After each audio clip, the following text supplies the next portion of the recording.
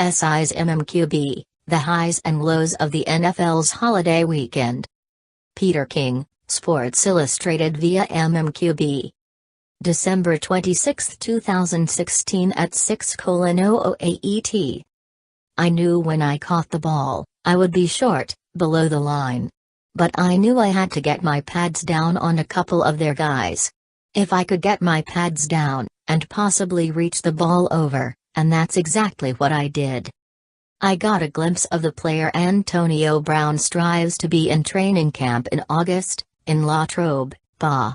Practice was over one afternoon around 5, and most of the players walked up the hill to the locker room, or stopped to sign some autographs. In the far end zone, away from almost everyone, was wide receiver Antonio Brown, with a ballboy and an assistant. Brown, in the previous 2 years, either led or tied for the lead in the league in receptions. Whack thump. A ball was fed into the jugs machine and Brown, 8 yards away, caught it in gloved hands. Whack thump. In a different position, Brown caught another ball. And again, and again, and again. He stayed for a long time, maybe 15 minutes. At other camps, receivers might catch 10 or 15. Brown far exceeded that. I do 130 a day, he said later. Then he had the ballboy toss him some high passes, difficult to catch, and the assistant, by rote, on pass after pass, mugged Brown, obviously to get him used to what he'd see in the regular season. The whole extra session lasted about 25 minutes. I thought of that on Christmas evening, watching the last minute of the Steelers-Ravens game, the game that, as usual, had something gigantic riding on it. The AFC North would be won or lost in the next play or two. Baltimore led 27-24. Pittsburgh had the ball at the Baltimore 4-yard line. No timeouts. Second and goal, 13 seconds left. It was almost cruel that some team would lose here. Baltimore, the underdog, led 20-10 with 14 minutes to go. The Steelers had drives of 75 and 90 yards to go up 24-20, but the Ravens inexorably churned down the field 75 yards for the go-ahead touchdown with 78 seconds left. Ravens 27, Steelers 24. Baltimore had played so valiantly, but also had left the Steelers with time and Ben Roethlisberger and Le'Veon Bell and Brown to grab at least a field goal to make this an overtime classic. The Ravens were so close to such an improbable win. And whoever lost would have that guts ripped out feel.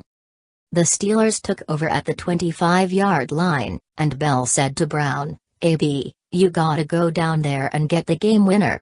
7 completions, 2 timeouts, 2 clock-killing spikes, and here came that chance. Pittsburgh had no timeouts. They could either take 2 shots into the end zone, or 1 shot in the field of play knowing they'd have to spike it quickly, or run once and then spike it. Roethlisberger threw an in-cut to Brown, who caught it at the Baltimore 1.5, nowhere near a sideline. Brown weighs 186 pounds. 3 Ravens, weighing 208, safety Matty Elam, 200, safety Eric Weddle, and 232, linebacker Zach Orr, converged on Brown. You watched and thought, no way he's getting it. And why the heck did Roethlisberger throw it so shy of the goal line so Brown won't be able to get out of bounds? This game could end. I knew I couldn't stop my feet, Brown said from the Steelers' locker room after the game. L knew it was going to be close, and I knew I could get in there, somehow. I had to get my pads down and used leverage. Elam bounced off Brown. Weddle armbarred Brown by the neck and tried to almost rope tie him backward. Brown's spindly legs, as he said, got low and pushed, and here came Orr, ready to blast Brown. I got a great trainer, Brown said. We always train and prepare for situations like that. I was able to get my shoulders down on those guys. Because Weddle had Brown by the neck, his arms were free. With 2 hands, he gripped the ball hard and reached for the goal line. He couldn't see it, but he knew he was close. I had no thought I'd be short, said Brown. No way. I had to be smart, and strong, and reach, and get the ball over the goal line. I was thinking touchdown. Pure hatred. Jenny Vrendas presents the oral history of Ravens-Steelers, the NFL's fiercest rivalry. Back to the jugs machine, and the mugging assistant. The hands, the grip, the fight. This was 640 pounds of Raven against 186 pounds of Steeler. The ball pierced the plane of the goal line clearly, and he pulled it back in. Brown never lost control of the ball, and it was never in danger of getting punched away. I was just going to find a way. Merry Christmas. Brown got interrupted at his locker just then, and there was a cacophony of voices, and he was gone for a minute, and then people kept congratulating Brown. Rightfully so. And he was overwhelmed. Extremely emotional after a game like this, he said. I'm pretty much holding it in right now. But I'm emotional. What a way to win a game. I'm just so happy. Glee in Pittsburgh. Third seed in the AFC tournament. Ravens go home for the winter. Down the hall in Heinz Field, one of the toughest locker rooms Ravens observers had seen. You could hear a pin drop, one guy in there said.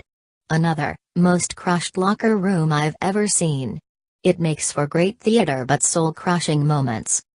Pittsburgh, on the right day in January, will be a tough out for the best teams in the league. Baltimore could have been too. That's Week 16 football. Exciting to watch. Great to win. Horrible to lose.